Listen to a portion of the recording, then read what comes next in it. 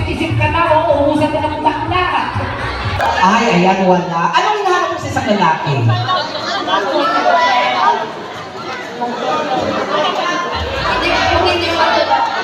Hindi babaero at hindi manloloko. Meron ba dito sa Pudlos? O bakit kanina pa nagtuturo yan sa table ninyo? Single ba talaga yan? Ayan, candidate number 5. Kung ikaw ay maging isang bulaklak, anong bulaklak? Pamela. Kasi,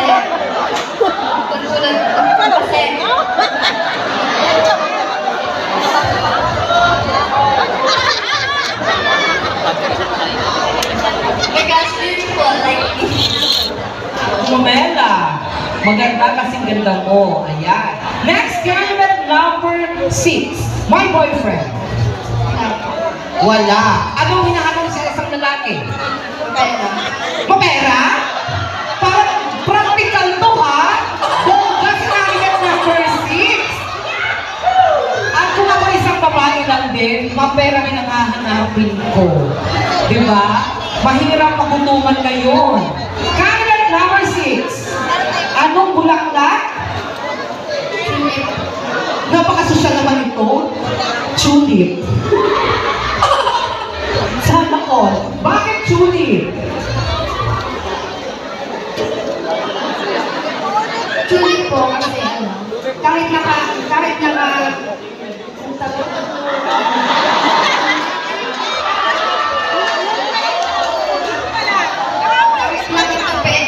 nakatupi, umaangat pa rin ang ganda.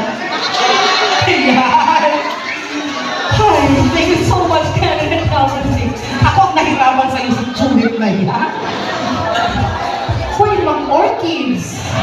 Gusto ka tulip-tulip? Ayan, candidate number 7, my boyfriend. No boyfriend since birth. No boyfriend since birth. Ano ang hinahanap sa isang lalaki, anak? HTV. Handsome, tall, and dark. Parang may nakita ko dito kanilang gwapo, matangkad, na moreno. May nakita ko dito, mamaya, sa kanila, doon banda sa table na yun. Shout out kay Mr. Archie Recto. Ayan, nandiyan. At kay Mr. Ken Gomez. Ayan. Okay, candidate number 7, kung kayo magiging isang bulaklak, anong bulaklak?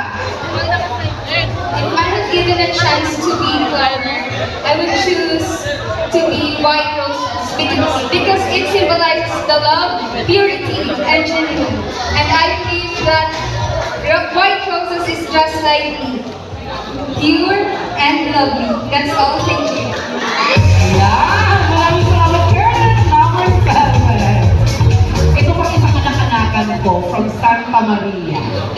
Hello, Lai. Kumusta? Iyan? Sino nag-react sa inyo? Ano ka naman sa kayo din ang mag-react? Diba? Okay, candidate number 8. Anong hinahanap ka?